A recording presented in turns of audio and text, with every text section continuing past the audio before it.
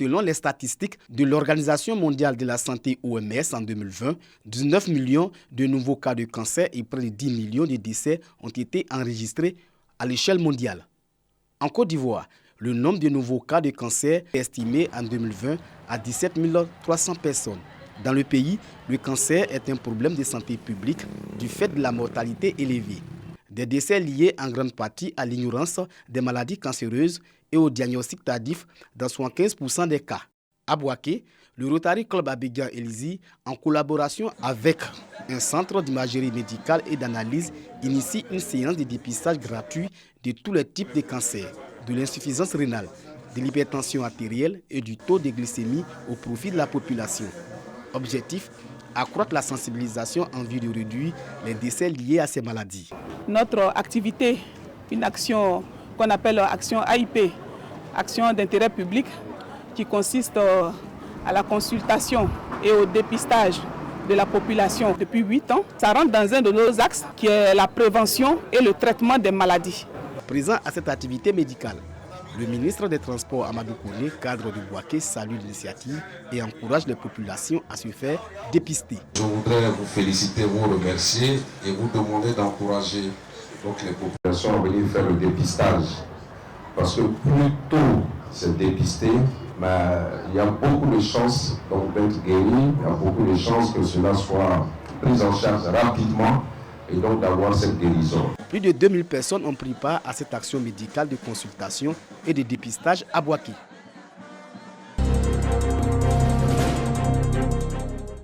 C'est en présence des autorités administratives et coutumières que les agents du contrôle financier ont offert une tonne de riz, des cartons d'huile et de conserve, ainsi que du matériel et équipements de cuisine composés de bouteilles de gaz et des marmites aux enfants de l'école primaire publique du village de Djeleboué, dans le département de Lakota.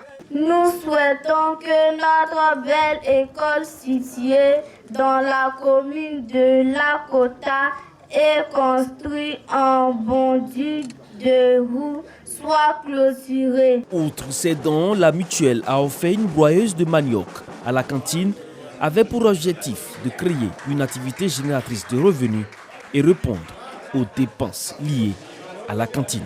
Autre décor, Gagnoa. L'action s'inscrit dans le cadre de l'opération dénommée Gagnoa Tour.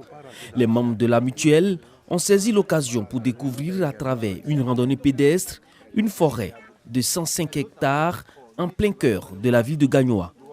Les membres de la MUCAF ont procédé à cet effet au planting de 300 arbres composés d'essences rares. L'autisme est caractérisé par des difficultés dans l'interaction sociale, la communication et des comportements à caractère restreint, répétitif et figé. Les premiers signes de l'autisme paraissent dès l'âge de 3 ans. Il leur a dit d'aller faire des examens pour détecter ce qu'il y a. Ils ont dit que c'est un enfant qui est autiste. Et ils ont commencé à aller sur Abidjan. Ce n'est pas le centre seul qui suffit, il faut un soutien à la maison. La manifestation de la pathologie empêche les enfants autistes d'aller à l'école. Depuis quelques années, l'association des parents d'enfants autistes, dénommée Parents au cœur bleu, organise des journées d'échange dans le but de sensibiliser sur l'autisme afin de donner la chance à tous les enfants autistes de jouir de leur droit à l'éducation. La 16e édition des matinées d'échange a réuni parents d'enfants autistes et acteurs du secteur éducatif à Bouaké. Nous appelons aussi les enseignants qui visiblement n'ont pas encore eu les enfants autistes à Bouaké en scolarisation, de bien vouloir accepter ceux qui vont venir l'an prochain et d'approcher notre structure, d'approcher aussi beaucoup d'autres structures afin que nous puissions accompagner en leur donnant des codes, en leur apportant un plus. Au niveau du ministère de l'Éducation nationale et de l'alphabétisation, l'éducation inclusive est la solution de la scolarisation des enfants autistes. Nous avons élaboré en 2022 la stratégie nationale de l'éducation inclusive. L'objectif principal, c'est de faire en sorte que tous les enfants aient droit à l'éducation. L'autisme, trouble du comportement, touche un enfant sur 100 dans le monde. Ici, comme dans les autres localités traversées, les producteurs ont été félicités pour leur abnégation au travail. D'importants cadeaux distribués dans 4 catégories.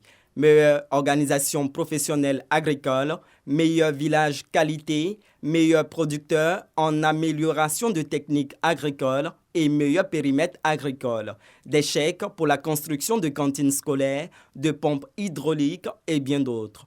Autres récompenses distribuées, du matériel agricole composé de brouettes, de pelles, de râteaux et de diplômes. Au total, 440 agents ont défilé devant leurs dirigeants. Parmi eux, 4 braves femmes. Dans son adresse, le directeur général de la société a salué le soutien du gouvernement dans la gestion de la crise des jacides et encouragé les producteurs à se tenir prêts pour la nouvelle campagne qui s'ouvre le 21 mai prochain. L'État a fait sa part, à nous de jouer notre partition, et nous et les producteurs. Cette tournée voulait également renforcer la sensibilisation des producteurs et leur dire de maintenir la confiance. Malgré le poids des charges, les producteurs dans leur ensemble se projettent dans le futur et rassurent le gouvernement quant à la production du coton.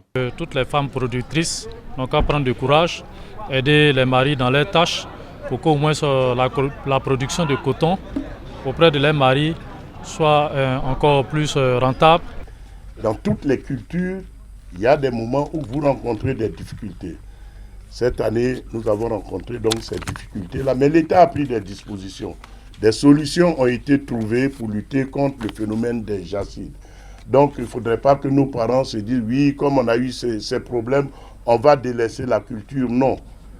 Il faut continuer. Les dispositions sont prises pour lutter contre les jacides. Et l'État, justement, pour encourager les paysans et les égreneurs, une enveloppe d'environ 60 milliards a été dégagée pour vous accompagner. L'étape de Kong a été marquée par la pose de la première pierre de la 3e usine de Seko dans le Tchologo, après celle de Wangolodougou et de Feke. La capacité de production annoncée est de 45 000 tonnes de coton graines par an.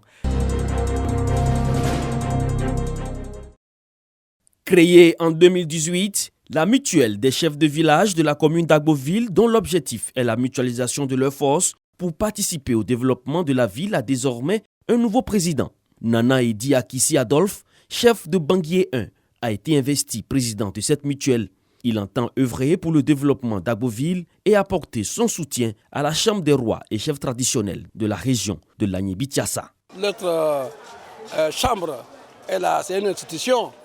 Nous sommes une mutuelle qui doit collaborer avec l'institution pour que nos impressions, nos doléances soient prises en compte par la mairie, par le conseil général dans le développement de notre localité. Parrain de cette cérémonie, Pierre Demba, président du conseil régional de l'Agné-Bichiassa, invite les chefs de village à travailler de sorte que la mutuelle soit au service des populations. Cette mutuelle offre un cadre de fraternité et de solidarité à l'ensemble des chefs de la commune d'Agboville, chefs liés de la région de l'Agné-Bichiassa. Aujourd'hui, en prenant l'engagement de vous regrouper, vous devez travailler ensemble pour que cette mutuelle soit au service des membres. La mutuelle des chefs de village de la commune d'Agboville compte 19 membres. Le nouveau président est investi pour un mandat de 5 ans.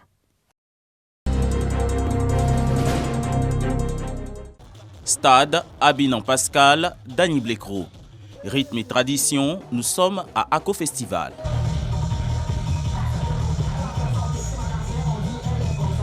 La problématique de l'insertion des jeunes et l'autonomisation des femmes est au centre de cette édition 2023. Une rencontre pour promouvoir la richesse culturelle de l'Indéné Dioablin. Cette deuxième édition a mobilisé 15 000 festivaliers venus de tous les départements de la région. À travers cet instrument culturel, les initiateurs entendent impulser le développement des activités génératrices de revenus, notamment dans le secteur avicole. Mettre un programme de développement basé sur la femme aujourd'hui, c'est de pouvoir permettre à ce programme de se développer 2 fois plus vite. Parce qu'on constate selon les statistiques aujourd'hui, on a plus de femmes que d'hommes. Si ces femmes arrivent à produire au même titre que les hommes, vous comprenez avec moi qu'on va vraiment évoluer vers la sécurité alimentaire.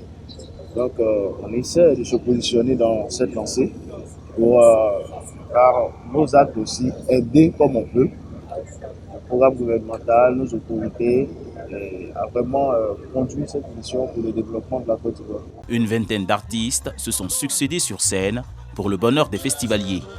Des panels sur les mécanismes d'élevage ont été animés également par des festivaliers.